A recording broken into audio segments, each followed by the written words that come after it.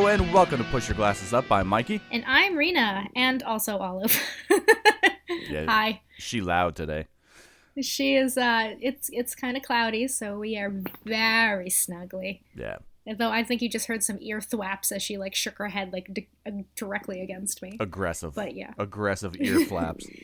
Yeah, that's just because I'm trying to wake her up when we try to record, so she doesn't screw up all our levels up, and there we go. We're back to the gentle snoring in the background. Maybe this has some sort of ASMR effect. It's all right. We'll just pretend it's the demon bear. Right? She kind of, oh my god, she's like a demon bunny pig. Yeah. How cute. How cute. Well, from that, this episode is about New Mutants, which, I didn't know if we'd ever get to this episode with how long it took that movie to come out. Maybe it still hasn't. Who knows? Maybe it was all a fever dream after all. It could have been, for sure. But, honestly, it wasn't good, but it wasn't as bad as I thought it was going to be. Yeah, so exactly what I said at the end of the last podcast. Yes, and that was entirely accurate. It's extremely mediocre. Yeah. You know what sucks, though, about it is that you can see the potential. There's moments. I feel like it has moments. It has, and you could see, where they wanted to go, but never got there. I mean, I'm just glad that the X-Men franchise starts and ends with accents that just appear and disappear at any given time. There's a certain level of continuity in that, right? That Russian accent, not great. But yeah, I mean, I guess we could. We don't have to go too much about plot because it's literally just Danny is the cause and solution to this whole thing. But some things I did like. Let's start with the positive. Let's start on a high note. I think that they handled certain things well, like the relationship aspect. I think was pretty good, especially since this is more of a teen movie as opposed to an action movie or whatever. It has a lot more of Fault in Our Stars, which the director also directed, to it than it does an X-Men action movie typically does. It obviously has those things too, but I think at the heart of this there is a good little not too deep but not surface level romance aspect to it. Some of the I appreciate some of the horror stuff. The Smiley Men is cool. That's as far as I know, a wholly original idea for this movie. I don't think it's from the comics. Well, I did appreciate during that they were watching Buffy the Vampire Slayer, and they actually were watching the episode with the gentleman. I felt like that was a nice detail. And then, there was right before we see Rain and Danny kiss, they were watching an episode with Tara and Willow. Yeah. So I kind of liked that thread, that there was sort of a buffathon going on in the background. Yeah, and they straight up had DVD sets of it on the wall. I do also like how they kind of handled trauma in this. It was particularly with Elise. I think she showcased the great deal of, no, you're not immediately gonna face these things without hesitation. Most of the time with especially childhood trauma, you're gonna shut down. You're gonna revert back to that place that you were. And I think they actually even if you're immensely powerful, right? Yeah. She was now in a position to literally tackle her demons, but still couldn't because of the trauma, or it took a minute. Yeah. I think that was also important. Sometimes we are already in our quote-unquote power. Yeah. And we can still be triggered by things of our past. But it doesn't actually take away from the fact we still have that power. Right. And I do, the whole thing with the demon bear, I like the idea of it, but that's not necessarily a compliment to this movie, because I don't think they did it in a tremendously successful way where it's telegraphed really early on that you can tell that that's her. Like, that's part of her. It's not just something that's attacking. Whereas I think if that was a little more of a revelation that we got most of the way into the movie instead of being like as soon as the movie started, I think that would have been a little bit more successful. I do like that it was there. I just don't think it worked necessarily the way that they wanted it to. I would have liked her. I mean, we kind of saw it towards the end, but I would have liked her to take control of it, like it was a tool, like it was part of her to use instead of sort of treating it like a separate entity that like left her. Right. That it would have kind of, I think, tied her powers together, because Dani Moonstar has like a plethora of powers and abilities. She's like one of those mutants that it's like, here's a laundry list of all the things that you can do. Well, that's and I mean, you can write that off as she's just coming into the powers and whatever, but also like some of her bigger powers are like resistance to magic. That didn't come up whatsoever in this movie, which is fine, but it's just one of those things where it's like, some of this stuff would have been cool to see fleshed out a little bit more than strictly like security camera footage that was like anomaly. Like, yeah, and that was, and like magically they don't know, like, we don't know her ability, but let's murder her because we can't control it. But we don't even, like, obviously they didn't fully know, and she didn't fully know, and it's like, I feel like that's a wasted investment, to be totally and it's honest. Also like, you can tell that by the time that this movie was getting finished, they already knew the talks were starting with Disney. So like, you have to assume that there was going to be more, because the Essex Company was already teased in Apocalypse in the post credits. Oh, right, that was Apocalypse. For some reason, I was thinking of it was in Logan, but like, whatever. But again, I would love for them to go in that direction. Yeah, so I would love for them to go in that direction, though. I think I would love Mr. Sinister to be introduced. Well, and see, that's the thing is, I think it's a little undercut because we already got a tease to that corporation that we then got a tease again in this movie. Like, you can't just keep putting a breadcrumb out there that's the same breadcrumb over and over and over. So it's sort of disappointing. It would have been nice, too, is, like, as Dani's unraveling secrets, as she's, like, kind of tapping into the psyche, if it tied back to Logan and when she's seeing the kids being trained, it was the facility that X-23 came from. Oh, it was literally the facility. It was the same footage. Okay, so it was. Yeah, that was the same footage. Okay, that. So I'm not. But that's not the Essex Corporation specific reference was in Apocalypse. But that stuff was specifically to Logan. Okay, because that's what I was like, this looks very familiar. But then they were talking about Essex Corp, and I was like, yeah, those were different things. That was the Weapon X program still going on, and the Essex Corporation is a different, similar thing. But it's I just think that they, at the point that this movie was getting made, they kind of knew what was going on with the company as a whole. So they probably were like, well, let's not go too over the top with like an actual image of Mr. Sinister or even like a reference by name or whatever. 'Cause it's at that point, you can't really follow it up in the next movie because there's not going to be a next movie.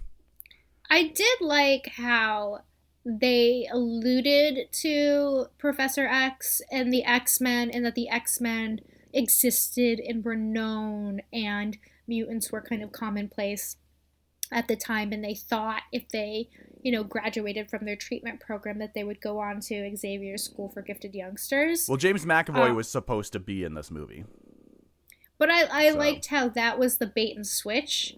Yeah. Is that they believed that they would end up in this place, and that like it's known, and it's like, oh yes, yeah, we would belong there. That makes total sense. It was a little too surface level though, for me, where it's like I I feel like these kids would be a little smarter than, like, look at the grungy ass fucking paint on the walls.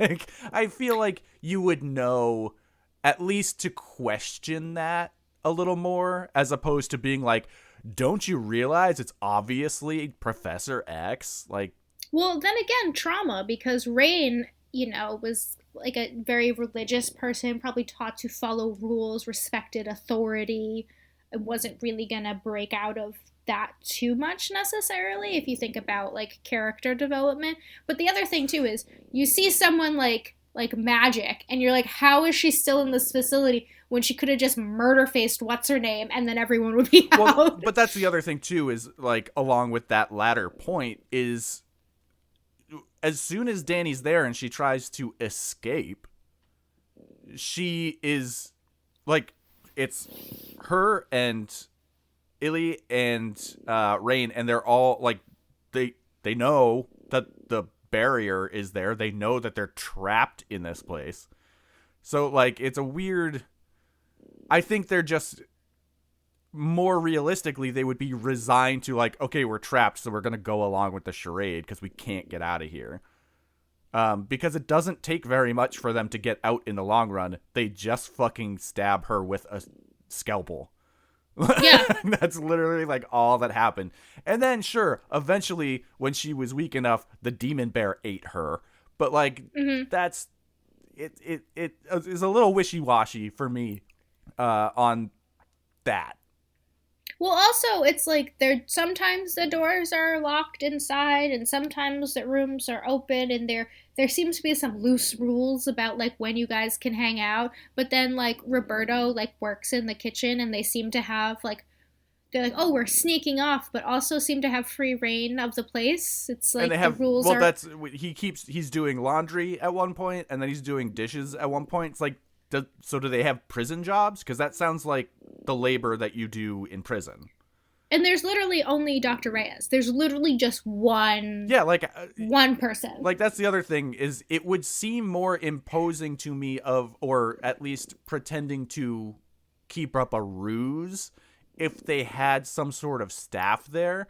But I think that's a cause of the budget of this movie getting in the way of what they were actually able to do. Like, they're in a mental, quote unquote, like maybe a rehab facility with no orderlies. Like, you literally have one doctor that's like, oh, don't worry, I'm a therapist, but I'm also a doctor because my mom was a vet. Yeah, I feel totally safe with that. Cool. Great. Good thing there's, there's somebody that turns into a wolf, because that, yeah. Interestingly enough, it was filmed at the Medfield Hospital. So it I mean, like, the location was great. Like, I felt like that all made sense. Because it's a fucking Massachusetts mental hospital. But again, we only have, and there's like, just a random handful of people and like one doctor that like controls everything. It just seems, I don't know. Well, and that's where I say like it would have made more sense for them to just be upfront and say like, no, you're fucking stuck here, so you might as well play along with it, instead of following this ruse that like the characters seem like they're falling for, but then like 5 minutes later they don't, and then 5 minutes later they do, and then 5 minutes later they don't. Like, it's just a little back and forth that didn't stick so much for me. Or if they isolated them more, like, don't give them the run of the whole facility and property. Like, if they were just stuck kind of in, like, almost like a Saw kind of scenario where they're, like, they just are with these random people and they're very limited in the way that they can move about the facility, would have made it seem like maybe there was more. Well, and that's what's funny is, like, again, to talk about, like, the limits of the budget, I think, is there's only, like, 5 different sets in this movie. There's like the TV room, there's the room where the experiment stuff is getting done on Danny, there's a couple hallways, and then there's the church with the pew. Mm-hmm. And that's like, it doesn't feel like they're even at like a campus of any kind, because the moment they leave the facility for the first time and is like, hey, be my watch while I spray paint, Which made no sense. Right? Yeah. But it doesn't feel like some sort of facility that because she's describing like, oh, these are the main buildings that we'll be in. That's why you're not going to see any of this stuff in this movie, because these are the main places we go. But it's like, that completely defeats the purpose of making it seem like this whole big facility.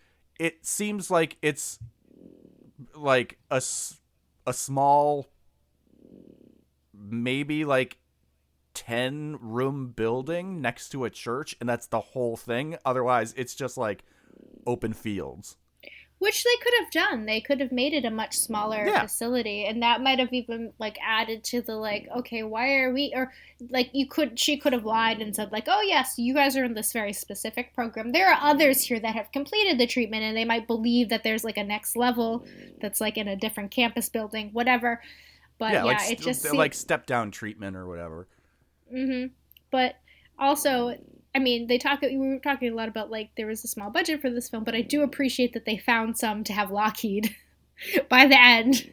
It's still in full dragon form. No real like explanation though. Like it of why she has an actual dragon. Well, but there's no explanation of, do we know that Lockheed is actually real, because none of the other characters actually see Lockheed. Oh, that's true. He was a puppet for the most of the time. So we don't know if any of that's actually happening, or if it's just something she created, or like it's like, is it a thing that can act as a distraction, kind of like Jubilee's fireworks or whatever? It's, you know. Honestly, we could just do a whole movie on her. I like, as get rid of the accent and it's a good character.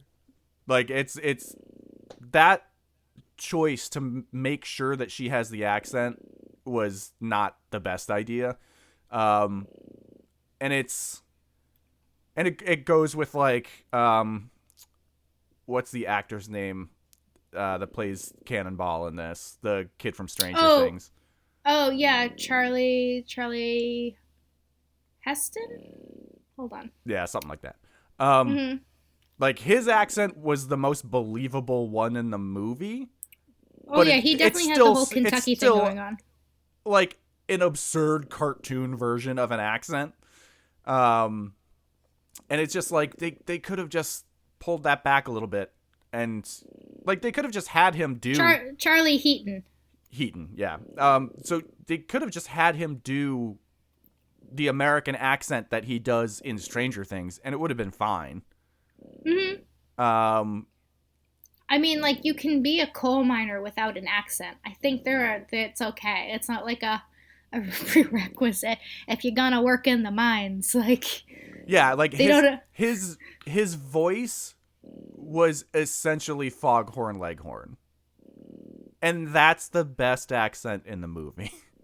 But you think of, like, you know, as a contrast, you think of, like, Chilling Adventures of Sabrina, where Harvey works in the mines with his dad and doesn't have an accent, and it's fine. Yeah. Well, it's just, there's some choices in this that, like, as individual choices, it's like, whatever, but they just piled up. Oh, apparently, according to this cast list that I'm looking at, Marilyn Manson was one of the smiling men. Well, no, he was the voice of all of them. There was a voice? Yeah, it's just like metal vocals. Like, it's just a bunch of that. Because there was a motion capture person doing the actual like physical acting for that, but they had Marilyn Manson do the voice of them. I mean, I thought those were great. I just wanted to know where they came from. It, like, did she let them out because she was traveling to Limbo? Like, because she was going to this other dimension? Did she inadvertently open up a gateway? Like, that brought these? Or what? I would say probably not, because she said she created Limbo. So I would say she probably didn't let them out of there if she was escaping to there in order to get away from them. So that means there's, like, zero idea of where they came from. Yeah, and, like, they're obviously aware enough to wear smiley face masks. Yeah, to, like, know that they are scary. Like, you know what I mean? And that's sort of the problem with the fact that they're not from the comics, is there's no way to look into it. Mm-hmm. Like, I there's mean, no I way thought to... they were cool, but Well, I that's would the have thing, is I liked think more of a. they're cool and would have been a cool setup for, like, a follow-up or even a prequel, but, like, that's never gonna happen. Right. But yeah, I don't know. I see where they were going. I like the idea of like creating like a horror movie within the X-Men universe. Well, But and a again, haunted house should work in this situation, and sometimes it does and sometimes it doesn't, but like it should easily work in this situation. but again, when you do horror, you don't always need a giant budget if you keep it contained, right? Right. That's how you kind of get away with it, is like you put someone in one room or two rooms and you have the characters play off of that aspect. Well, and I think that's where the detriment is here, because they're trying to do that, but they keep alluding to everything outside of this place. They keep talking about everything that's not in this building. Just this movie is short, but it could have been 20 minutes shorter. They could have just stuck with, okay, here is a scary thing, here is our resolution to that. Here's a scary thing, here's a resolution to that. But they kept doing these little, like, Breakfast Club moments of trying to, like, make the characters, like, all of them have their, like, quote-unquote human moment. And it's unnecessary. Well, that, and I felt like everyone's role kind of got blended, and there was no like conflict really. Like everyone sort of like Rain was supposed to be the good one, and then also like Sam was also a good one, but was Roberto like kind of an asshole? But everyone still hung out with him like anyway.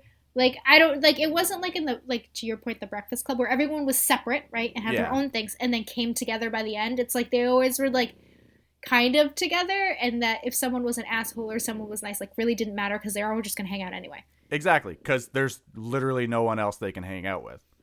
You know what I mean? But where, like where the Breakfast Club would have been like, okay, well, detention's over, gonna go talk to my normal friends now. Like, But they even could have said that when Danny came in. It's like, this is how people are, but we all just kind of like, it's just us, so we just hang out. Yeah, with like, she's gonna be an asshole to you immediately, but she also has to be your best friend. Like it's We're like she's an asshole, but like everyone's like, yeah, okay. like it seems like the other four characters besides Danny have been there together long enough to have gotten to know each other a decent amount. So why they're doing laundry together, like they're just hanging out. I thought you were about to say they're doing lines together. But that would have been a whole different movie. Yeah. All of the things that they saw were just coked up. Last thing I want is a coked up wolf running through a mental facility. But like you think that it like the way it plays is they've been together there long enough to have gotten to know each other. So why would any of them be like vicious assholes to each other? Like it's different than like being a good friend of somebody and joking around with them and like teasing them or whatever. Straight up fucking assholes to each other at one point. Like it doesn't make any sense. No, and like especially when you're trapped too. So like, yeah, like okay, I get the idea of like keeping people at an arm's length, but everyone in the group has this weird agreement that it's like just okay, that everyone is like we're all great friends, but some of us are assholes, so we just we deal with it rather than calling it out. It's very strange. Yeah, like I don't. And then the whole like lie, they find a lie detector. That whole like truth or dare. Super forced. You could have literally just done truth or dare. Right? And it would have been a more believable teen thing than, because like they're going through the process of like, okay, you get one question. It takes like fucking 15-20 minutes to set that up for each person. And you gotta set a baseline and like all this stuff when they could have just written. And then they wrap the cord around like a jean jacket sleeve. That's not gonna work. Yeah. That's not how But that the other works. thing is, you have Danny, who, like, we don't know her powers yet, but her whole thing is Danny Moonstar can, create visions of, like, your wishes or Sugar your plums. fears, right? No, but, like, she can, like, it would have made sense if she could detect if someone was lying because she could kind of see. Right. That would fall within her power wheelhouse. Yeah, Because if she could see if she... it's not like Professor X seeing inside your head. It's literally just like you can see the manifestations of the feelings. If you can determine what someone's greatest fear is, you could tell if they were lying, because why do people lie, right? Right, exactly. So that would have been an easy way. That would have kind of separated her out from the group a little, like, oh my god. Like, granted, they didn't know that was her power at that point, but I No, think no, that but that would have been a good like, reveal for what the power is. Because all of it, like, they kind of just be like, no, it's her, like, out of nowhere, when they're, like, having all these visions and nightmares and all of these things. Yeah. But that could have been, like, the clue that led them Exactly. to that. And instead of just being like, coincidence on the timing, that's how it worked out. Right? It's like, okay, sure. And again, I keep going back to Illy being able to make a fucking sword whenever she feels like, but, like, is still just gonna, like, chill and allow herself to be locked up. Yeah, it's a little like I complimented them on how they handled the childhood trauma aspect of it, of her reverting when the Smiley Men were around, but, like, with the doctor, why wouldn't she just chop her fucking head off? Right? And also, like, the Smiley Men didn't come in... She starts by bragging that she's killed a bunch of people. That's literally how she's introduced. Like, how did they even get her there? And also, like, the way that she teleports, can she not get out of the bubble? I mean, Could she not just go chill in limbo until, like, whatever? Yeah, I had to suspend my disbelief on that one. Because, like, in theory, without the explanation, she should be able to jump into limbo and then jump out wherever she fucking wants to. Yeah, so, I don't know. Like, obviously magic is a key part of New Mutants, right? But in this scenario... I will say, she is literally using like, that part of her power set is literally, like, the same thing as Nightcrawler's teleportation, and he has to see where he's going. So maybe that's what it is. But you can see through the thing. You could be like, oh, I want to be on the other side of the gate. But in theory, she may not know, because Danny was brought there unconscious. So maybe it's a vision on the other side of the bubble. Who knows? But, like, this is still all, like, way over speculating the fact that it's, like, in theory, she should be able to just jump through it. The other thing, too, was the whole, what is your mutant power? And it's like, okay, then, like, how did you get her? Why did you bring her here if you don't even know? Like, did you just determine that she had the gene? Like, I mean, we already know that the demon bear, like, eviscerated everything. I think in general, the assumption was because she's the lone survivor of a decimated area, she's probably a mutant. That's my assumption, but it's not explained, obviously. But it's like, but putting two and two together with that. Like, what if her mutant power was, like, she makes mushrooms? Like, what if her mutant power was, like, what if she was, like, fell in the Morlock range of just, like, I just look funny, but I don't really do anything. I'm just spooky. Right? You know what I mean? Like, they don't know what, like, they talk about this a lot, and, like, you know, throughout X-Men, that, like, not all the powers are, like, things that you want or are very useful. Yeah, she becomes the greatest bad X-Men character of, like, either Cypher or, like, Skin. Exactly. Where Skin is just skin. Why wouldn't you say that? It sounds so gross. Well, Skin is just a person that has very flappy, loose skin. That is their mutant power. Part of Jubilee's Generation X team. Jubilee's so understanding. Also wearing a yellow coat and has, like, medium length black hair. So when I unfurled the set of cards that I was collecting, I was like, why does Jubilee look so weird? And I turned it over and it was Skin, because I was this was 96, so I was 12 and had no idea who this character was. Why did Jubilee melt? Literally, that's what it looks like. Oh my god. But yeah, again, like it's like we determined, but they didn't even. I wish they didn't even use like the grading system, like what they did with Jean. Like they would have already had that. But see, in these movies, I think that does not work. I hate when over explanation of stuff like that is like, yes, a level 6 mutant and their mutant powers. Like, anytime that you actually say that shit out loud, it fucking ruins it for me. I really like it. Makes it so absurd with detail that I just can't get into it. Like, all they have to say is like, yeah, she's super fucking powerful. Look at the shit she did. You don't actually have to pull out a graph and be like, well, this is the difference between level 1 and level 2, and level 5 is this much more. That's comic book stuff that I'm fine leaving in the comics. Listen, Mikey, you've never worked in corporate America. There are tiers for everything. No, I understand that, but it just seems dumb in these situations. But also, I don't even. You should all Google. I found the card because I wasn't about to dig my cards out.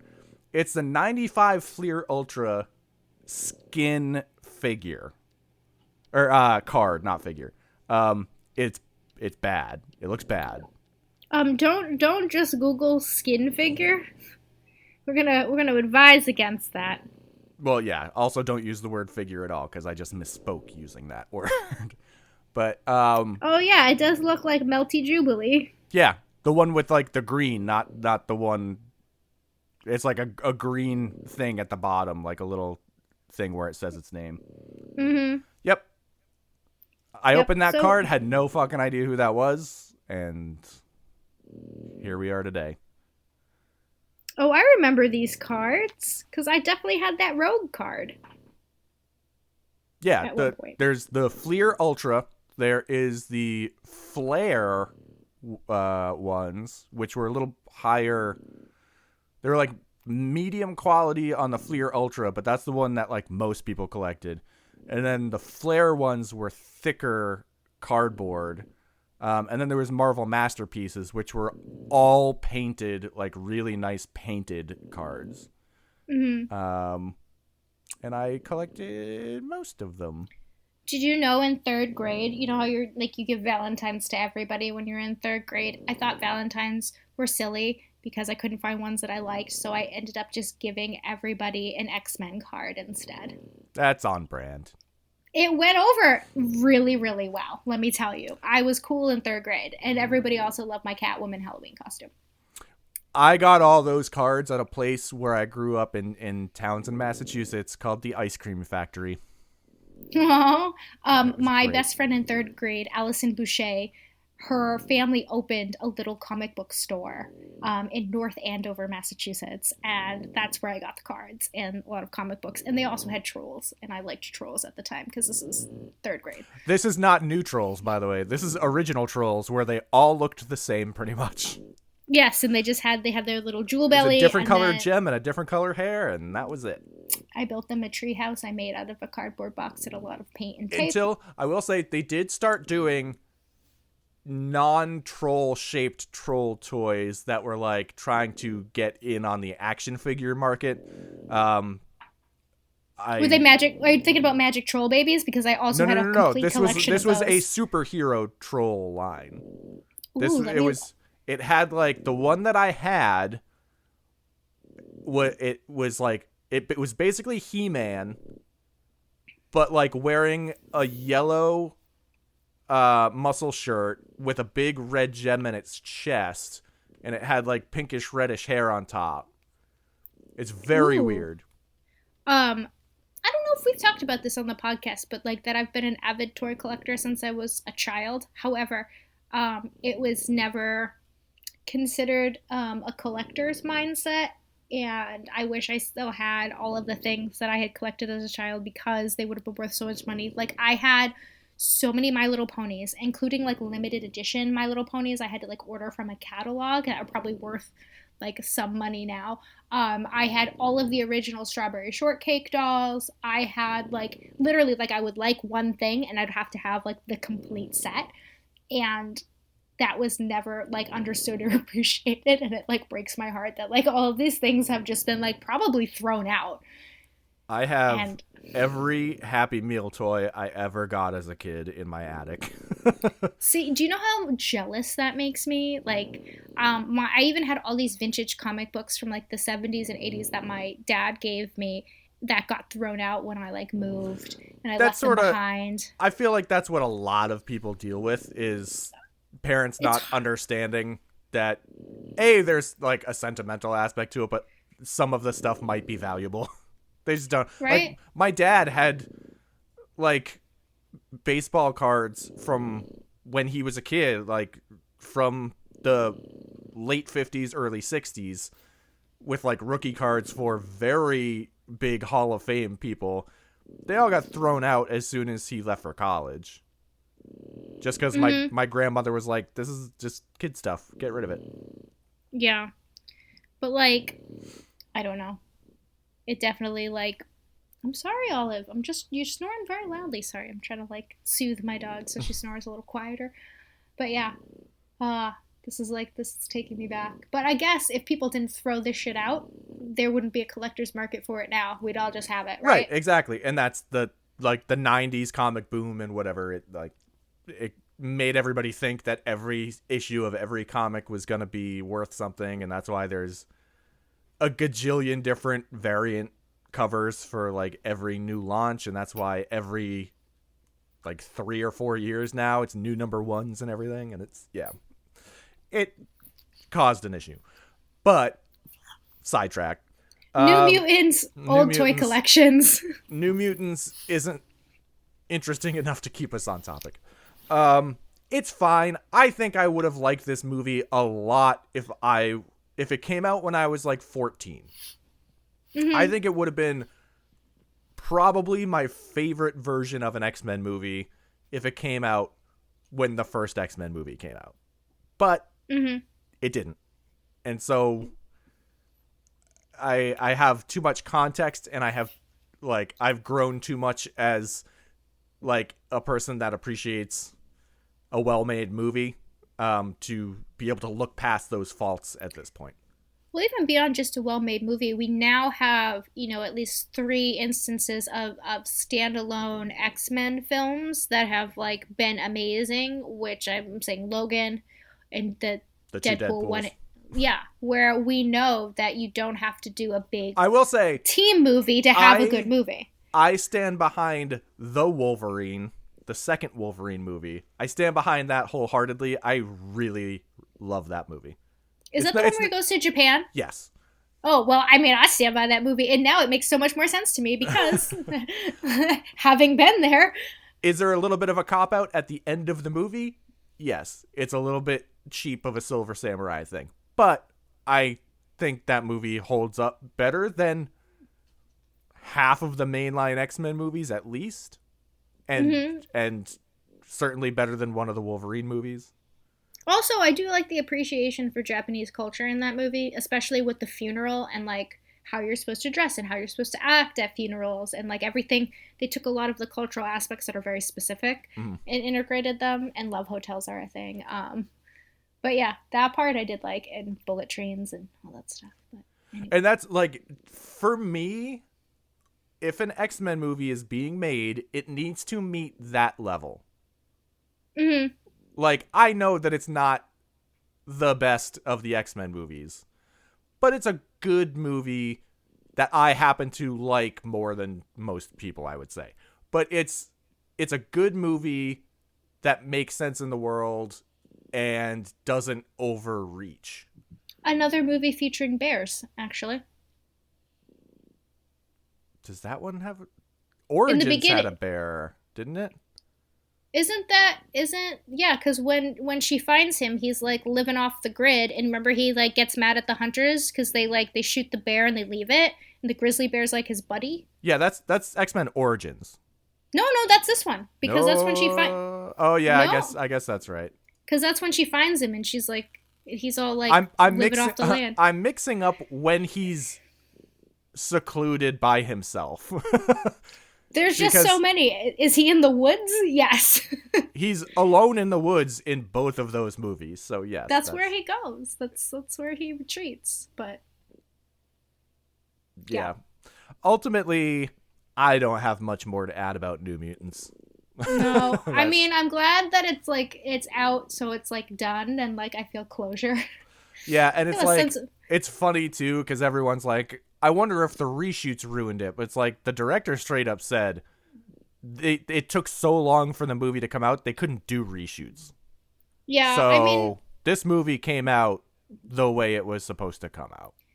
Well, that and like I'm interested to see where things go in the future now with everything kind of being under one header and how that comes to play. Well, sort of though, because the Deadpool, like they just announced Deadpool 3 is starting to get worked on. Mm-hmm. Ryan Reynolds said they're probably still doing a rated R movie.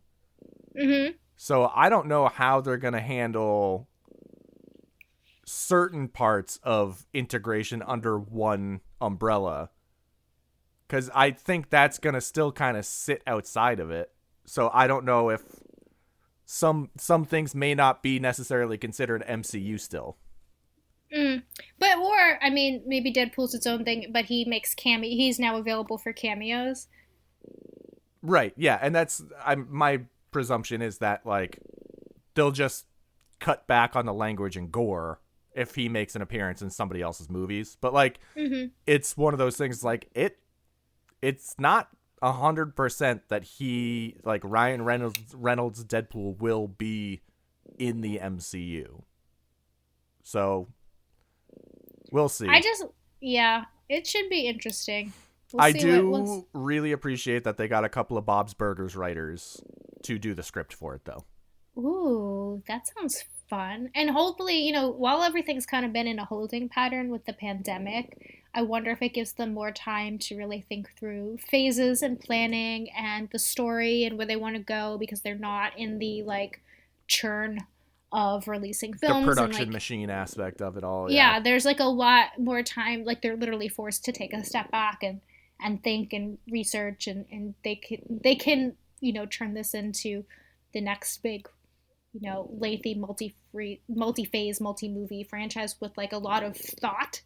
Yeah, they like have the time to do that, so I'm hoping that leads to better things. Well, and I hope that the X-Men aren't the next thing introduced. I hope Fantastic Four is before that.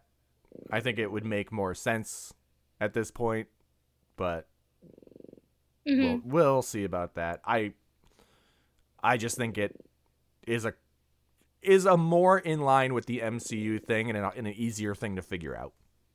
Yeah, that's like a good bridge, because mutants like just exist. Or the Fantastic Four were just like, weren't they kind of created? The Fantastic Four? Yeah. Yeah, I mean that was, and it was the traditional Marvel thing of like an accident caused it.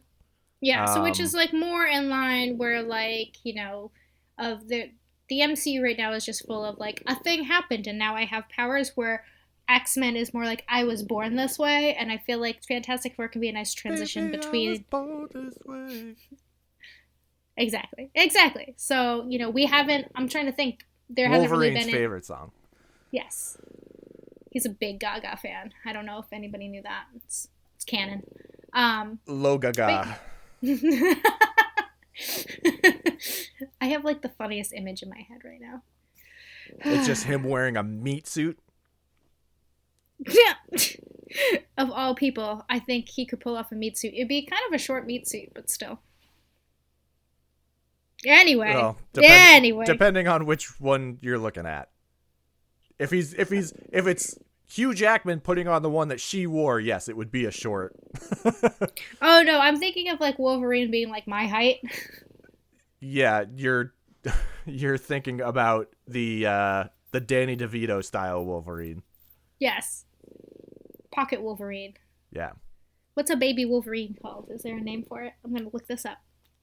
But anyway, it's probably a pup, because I think it's a canine. So it's probably in that.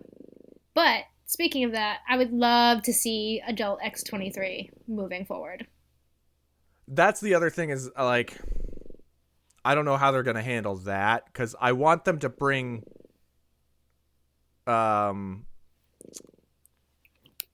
her name? Her name? Daphne Keene. That's. Mm-hmm. I want them to bring her in because I think they handled her. Or she handled the portrayal of her very well, and I would like to see her like a few years aged up at this point, like coming to terms with like having taken over the mantle, and you don't even have to say it's the same version. Yeah, but it's hard to go about that. But she's a teenager now, and so we say this movie comes out in 3 years, she's going to be 18. Yeah, but so it's less possible. It's less about that and more of the how to handle the explanation of it being the same person, which they're starting to maybe find some loopholes for that with like Spider-Man and the new Doctor Strange movie and stuff. Like, just make multiverses. Jameson was the same actors. It's one of those things where it could maybe just be like, oh, it's a different version, but like I think you can only do that so many times without it being like a cop out at that point. Well, I mean, there are two things. You either have multiverses is one way, or you have screwed up the time-space continuum, and we know that Cap went back, and so there could have been a butterfly effect coming out of Endgame that changes the future. That brings Ashton Kutcher into it. Oh, why? Because the butterfly effect. That's why. The movie he was in. That's why. I thought you meant he was like cast as something I didn't know about, and I'm like, no, he was literally in a movie called The Butterfly Effect. Which I'm not an Ashton Kutcher fan. I didn't watch it. It's a bad movie. Most of the movies I reference in that way are bad movies. Yeah. God, you made me just panic. I'm like, well, I just like set up. I had all this hope for like the future of like he's Logan, like, Marvel movie. Oh my God, no. He's Johnny Storm. Ugh. Actually, that might not be the worst thing. It would not be the best thing either, though. No, that is the theme of this episode. Yeah. It wasn't the best. It wasn't the worst. Mediocre choices. It was just there. All right. Do you have anything else about New Mutants? Because I don't. Nope. Okay. That's it. Yeah. All right. We'll be back with another episode soon then. Yep. Enjoy. Cool. Protect your toy collections. Collect old X-Men cards. That's a fun thing to hunt down. And honestly, work on your inner child. Work on healing your trauma. It could come in handy someday. Yeah, if Marilyn Manson starts coming after you. Mm-hmm, and you just can't figure out how to get your magic sword activated. That's you want to make sure you're ready for that scenario. I'm pretty sure you just say magic sword activate. And it works. All right. Yeah. All right, bye. Called it. Bye.